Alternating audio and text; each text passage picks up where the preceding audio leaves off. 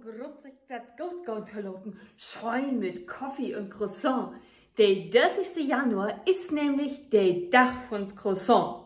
Ja, das hätte ich der Amerikaner so gedacht. Kein Mensch weiß wieso, aber noch Geschichten rund um Croissant, die gibt es auch so.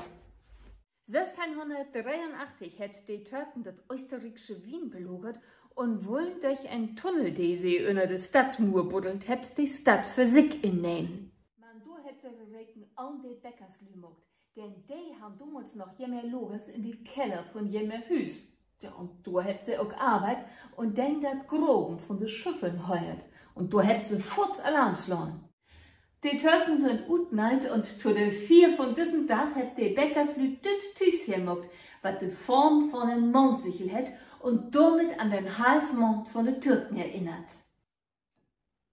Als die Türken denn ein für alle Mal ruht werden oder Stadt, wäre das eine große Tradition, frei am Morgen von Kaffee, das Backwerk hier zu essen. Und erst 1770 ist das Gebäck durch Marie Antoinette nach Frankreich gekommen. Da hat sie das den Lune Croissant genannt.